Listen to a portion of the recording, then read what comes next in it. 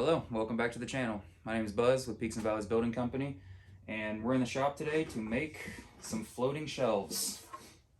These are mitered cases just made out of plywood. They're a very simple project to build and very fun to make. Let's get started.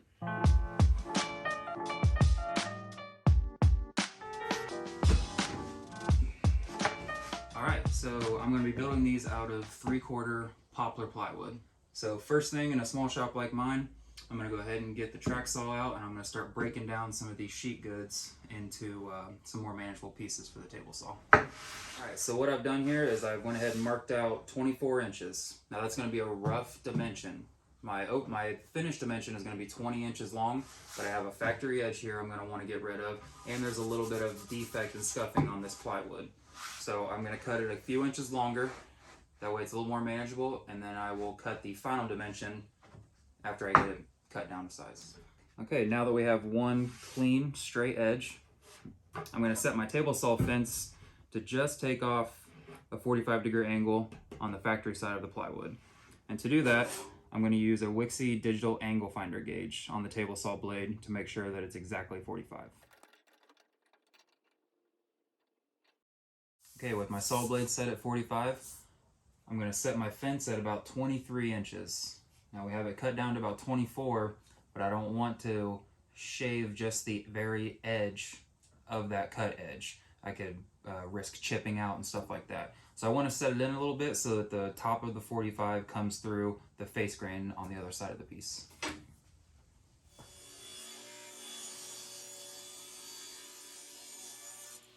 Now that I have established one clean 90-degree edge and one continuous 45-degree edge, I went ahead and marked out rough dimensions at 10 inches, 4 pieces. I need 2 tops and 2 bottoms. And I'm going to go ahead and use the track saw to batch these down into smaller pieces so I can make the final cuts over at the table saw.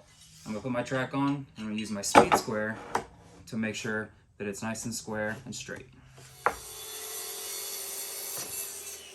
Okay, we've got our tops and bottoms batched out. We have one 45-degree bevel edge. What we need to do now is run them through the table saw and get a 45-degree bevel on one side, and then we'll use those dimensions to mark out for our final dimensions.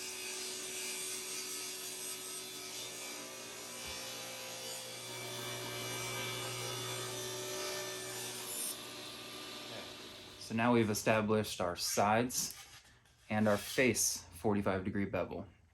Now we went ahead and set the saw at 8 inches, which is our final depth on these. So now I have a flat side because this will be going against the wall, so we don't need to bevel that.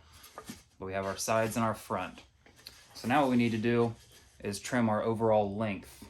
And what I've done here is I measured our 20 inches over to here, and I use my combo square to make my reference line there.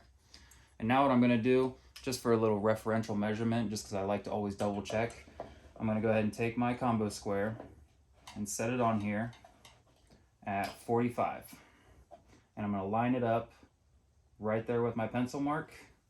And I'm just going to take it, I'm just going to put a little pencil mark there. Now when I go to set that on the saw blade, I know that that is the inside of my cut. Okay, with our 45-degree reference mark made, we need to go ahead and put this on the table saw and cut it. Now to make this cut, I'm going to go ahead and use my miter gauge. Now this comes with every table saw. As you can see, the miter gauge itself isn't very big. So what I like to do is I put this piece of poplar on here, just a scrap piece I had laying around, and it acts as a sacrificial fence, and it's a little bit longer, so it gives me a little bit more stability and control over the entire board as I push through the cut.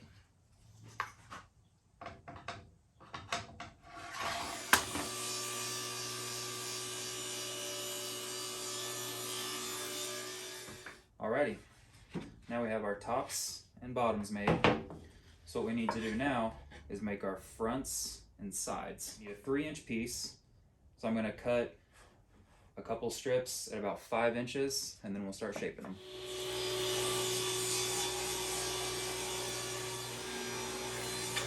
Okay, with one clean 90-degree edge established, let's reset the saw blade to 45.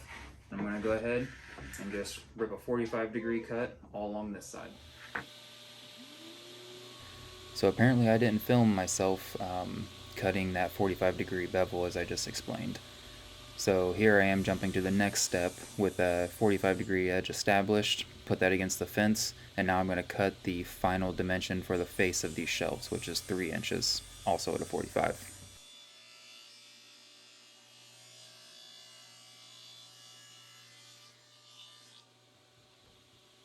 Okay, now that we have our 3-inch faces and side piece, all one piece here, we've established our top and our bottom bevel.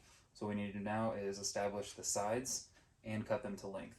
So I'm going to get my first angle cut over here on the miter saw, and then I'll cut the rest of them with the miter gauge on a table saw. So off camera, I went ahead and measured for my final length, which is 20 inches. I made that mark, and here I am just cutting it with my miter gauge on the table saw. Okay, so we have our top, our face, and our bottom. Now using what we have left here, I've went ahead and established a third 45-degree bevel here.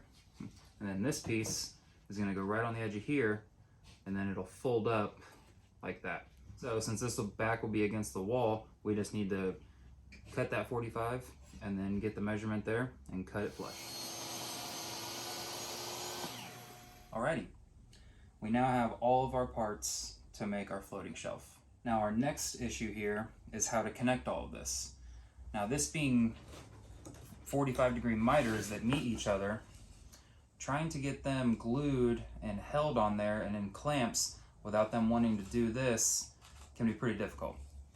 So sometimes you can run some little 23 gauge brad nails in them. I don't want to do that on this. I don't want any holes in the front. I want this to all be pretty much seamless. Plus these are also getting stained, they're not getting painted. So sometimes you can hide a brad nail in the grain and never notice it. I've done it before, it's not a big deal. But what I'd like to do on this one is something a little different. So I'm going to be using this old biscuit joiner that I have. And what this biscuit joiner is going to do is it's going to create slots in the top of here, and then a biscuit right here. A biscuit is going to slide into this slot and slide into that slot, and it's just going to be basically a registration. These don't really provide any structural integrity or anything like that. These are basically just for holding these two pieces tight together while I glue it and put it in the clamps. To line up my biscuits properly, I'm going to set all the pieces together and make corresponding registration marks. This will help me when I line up the biscuit joiner to make sure that all the biscuits line up.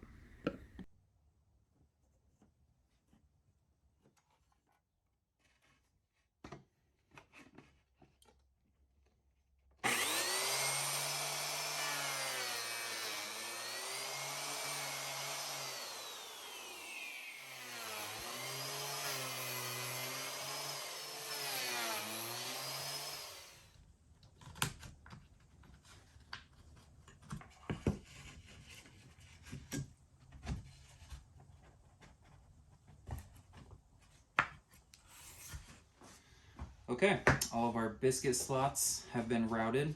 I've placed biscuits in each of the holes. And what we're going to do now is we're just going to do what's called dry fitting. So we're just going to put it all together, make sure everything lines up. The nice thing about biscuits is they do have a hole that's actually a little bit bigger than the biscuit. So it does allow a little bit of adjustment. But it's also why these aren't great for any sort of like structural strength or anything like that. They're basically just alignment, but they do allow a little bit of adjustment.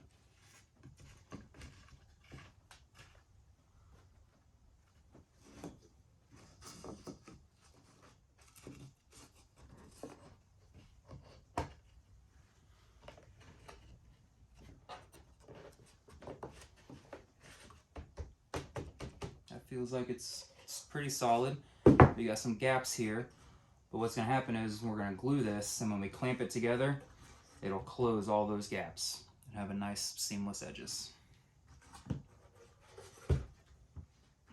So these biscuits are made out of compressed beech wood, which means when they come in contact with the glue, the moisture is going to hit the biscuit and it's going to expand. So it's going to fill the gap a little bit and make a little bit tighter fit. I'm going to use Type Bond 3 It's indoor and outdoor, but what I like about it is it has some of the longest open time, so it won't start tacking up, because as you can see we have a lot of biscuits here, a lot of pieces to get together, and yeah, this will just work out the best for us.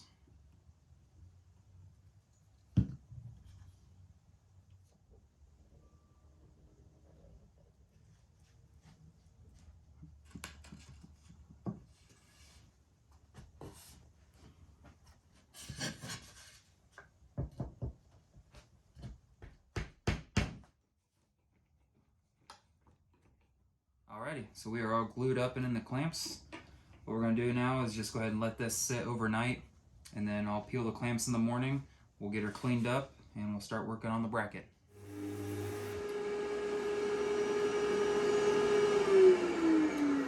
Okay, welcome back. So now we have the shelf out of the clamps. I went ahead and sanded it, cleaned up the glue, and that's pretty much it for the construction of the shelf. So now we're going to work on the brackets. To make the bracket, I'm going to use this piece of poplar. It's 3/4 inch thick by 1.5 inches wide, and it'll slide nicely into the slot that we created with this shelf. So the construction is fairly simple. We have our backer piece, and this piece is going to get screwed against the wall. But before that, we're going to attach these 4 arms. We're going to glue them, tack some brads in there, and then run a screw through there. Now for what the customer is going to use these shelves for, this is all the strength I'm really concerned about having. Probably just going to be some knickknacks and small plants and whatnot. However, if you are building these for any sort of heavier plants or glasses or pots and pans, things like that, plates, any sort of dinnerware, I would definitely recommend getting some sort of steel hardware that you can actually mount directly to the wall, and like something like this right here. But for what I'm building, this will be just strong enough. Okay, first thing we need to do is cut all of our components to length. Now I've measured the inside of the box at 18 3/8. That's the inside dimension. And then we have an 8-inch deep box, so I've measured that. I'm going to put 7-inch arms on it. So to do that, we're going to use the miter saw.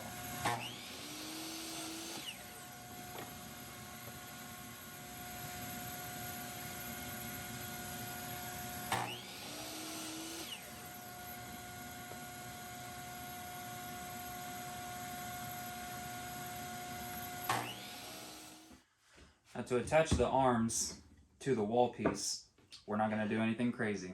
We're just going to use some quick and thick to hold her in place, and then we're going to shoot a couple 1.25 inch 18 gauge brad nails in it.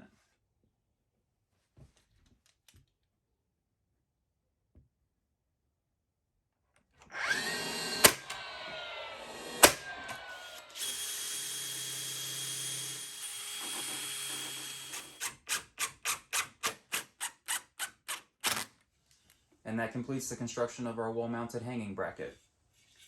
So we have glue, 18 gauge brad nails, 1 5/8 drywall screws. Now when I go to mount this, I will find the studs, pre-drill holes, run a 3-inch screw back into the studs, and run a little bit of construction adhesive on the back of here so it goes against the wall and adds a little bit of extra strength. Alrighty, and there you have it. Floating shelf with custom wall hanging bracket. These can be finished in a number of ways. This was my prototype. This one will be staying here with me.